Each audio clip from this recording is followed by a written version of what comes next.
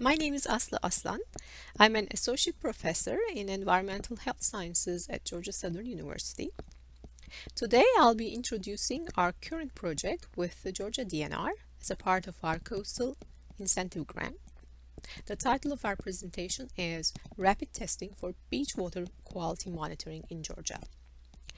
My collaborators in this project are Riza Cohen from Department of Biology and Haresh Roshani from Biostatistics at Georgia Southern University. Beaches are an important part of the daily lives of coastal communities. There are an estimated 4 million swimmers in the US, and beach water quality still remains a public health problem. Aging infrastructure, sea level rise, climate change, leaking sewer and septic systems, flash floods, they all may be contributing to contamination of beaches. There are several different types of waterborne pathogens that includes viruses, bacteria, and protozoa that may cause diseases that we know of, such as diarrhea, but also other types of diseases such as respiratory illnesses, liver damage, kidney failure, heart disease, ulcers, and if not treated, sometimes death. The burden of waterborne diseases may be different depending on the type of the water.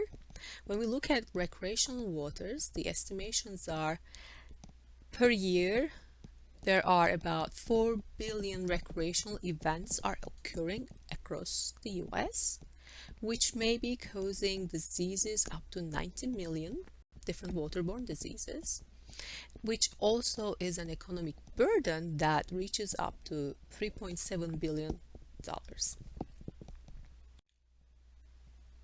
The Clean Water Act of 1972 has very specific goal, that is to protect public health and welfare and enhancing the quality of water.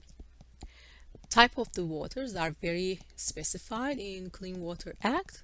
That also includes recreational in and on the water, which means that primary and secondary contact recreation are included in Clean Water Act. Key players in water quality monitoring include states, territories, and Indian tribes with program authorization, EPA regions, and EPA headquarters.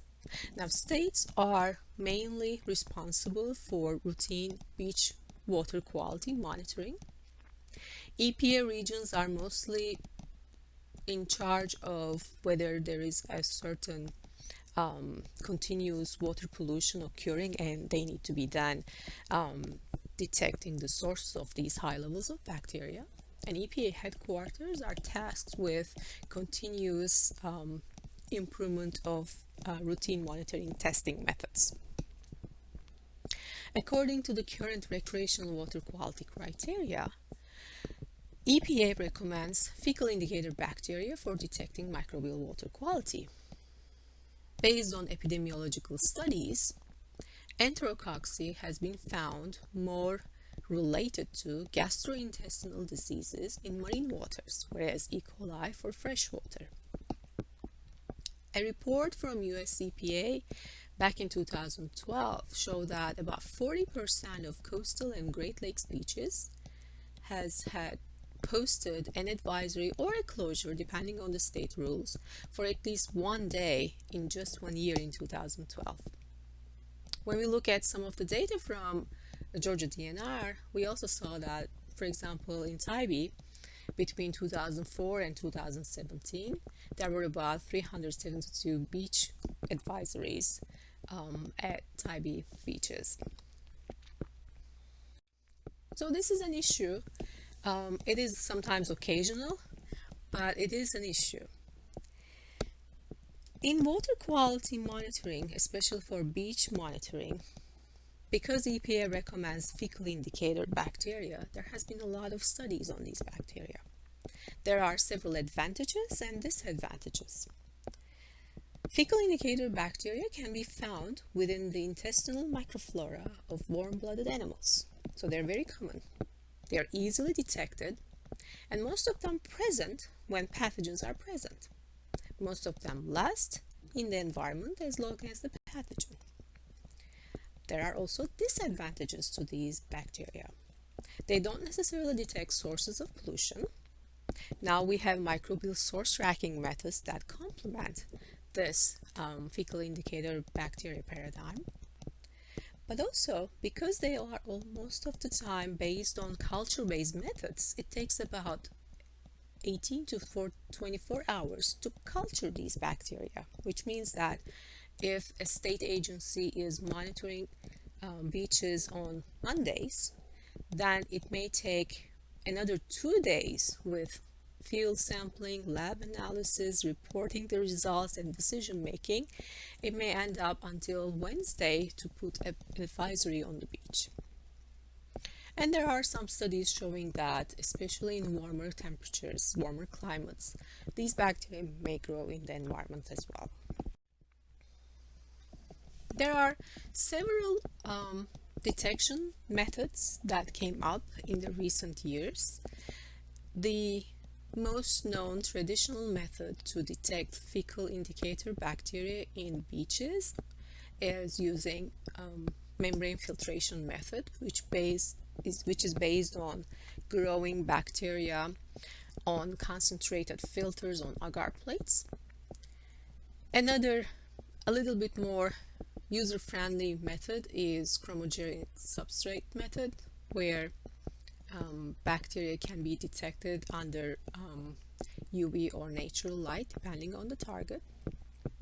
And a much newer method is the quantitative polymerase chain reaction. We all have heard about PCR in the last year because of the COVID pandemic. That is the method that detects a target gene in a certain sample. This can be a water sample as well. It is an enzymatic reaction that makes many copies of DNA from a single molecule. At the end of several cycles, the result will show several copies, 2 to the several copies, 2 to the several cycles of the copies of the DNA, which means that the instrument now can detect the target gene much efficiently. The advantages of qPCR include sensitivity and specificity. It captures target gene of interest, so it's really good for tracking the sources of pollution.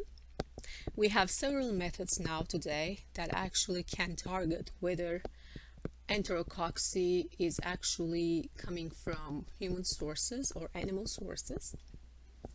The detection limit can be very low, sometimes even 1 target gene copy.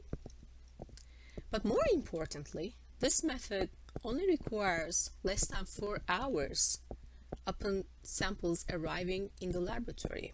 That means an immediate action is now possible after getting the results on the same day. There are disadvantages, which includes distinguishing live bacteria or viruses or protozoa from dead. It just provides information that that target was there at a certain time. As you know, coastal Georgia has long miles of sandy beaches.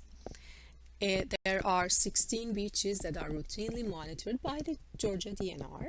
These are heavy use beaches and mostly located around Tybee, St. Simons, and Jekyll Islands. Because qPCR is an enzymatic reaction, a chemical-based reaction, and it only requires a small volume of a sample, certain components in water such as humic acid, clay, calcium, algae may inhibit the reaction during the analysis. Therefore, EPA recommends feasibility studies before adopting the qPCR method for use in state beaches. There are several states that have already started to implement this method after completing their feasibility studies. That includes Michigan, New York, and Chicago.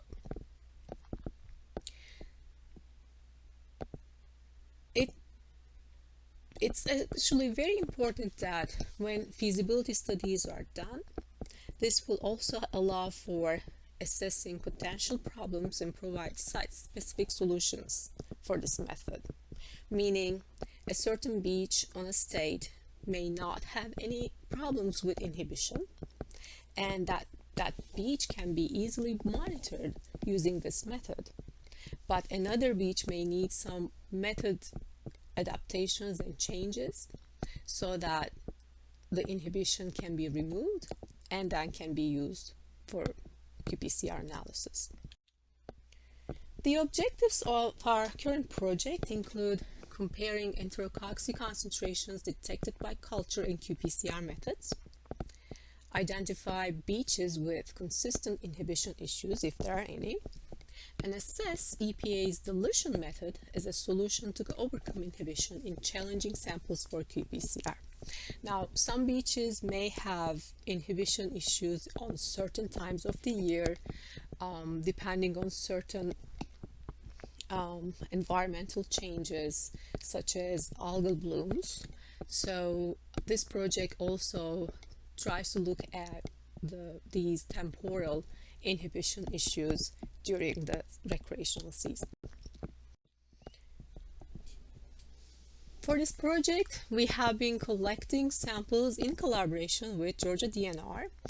They collect their routine beach water samples on Monday mornings.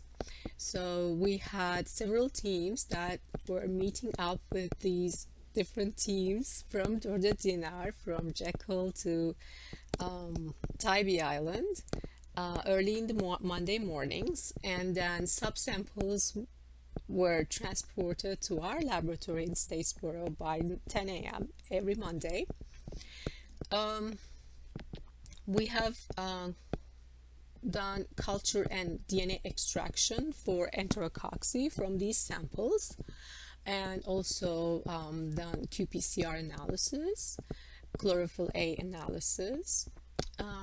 In-situ temperature, salinity, pH, dissolved oxygen were collected on site by using multi-probe systems, and rainfall and tide data are also collected. So just to summarize the analysis, after collecting the samples arrived to the laboratory, membrane filtration has been done to concentrate the bacteria on filters. Then DNA extraction is done using crude extraction method as described by the US EPA, and then qPCR analysis are conducted. The results would be compared with the current recreational water quality criteria guidelines for qPCR results. That would allow us to compare state swimming advisories based on culture methods with qPCR advisory results. As any other research project, this project has been delayed because of the COVID last summer, but we were, with the help of Georgia DNR, able to complete our sample collection from 16 beaches for 24 weeks this last January. We have completed our culture and qPCR analysis, now currently looking at the inhibited samples and looking at some methods that's been published, and in conjunction with the EPA headquarters, we're looking at some of the techniques that can actually remove inhibition so that we can have a better guideline for Georgia DNR if they decide to implement this method in the future for their routine beach water quality monitoring. qPCR is a powerful tool. We've seen it in COVID detection, and it's the same for water quality testing as well. You can detect high levels of enterococcus in recreational beaches by using qPCR. This allows for informing local agencies to rapidly mitigate pollution and also avoids recreational water outbreaks by taking action at the same day of sample collection.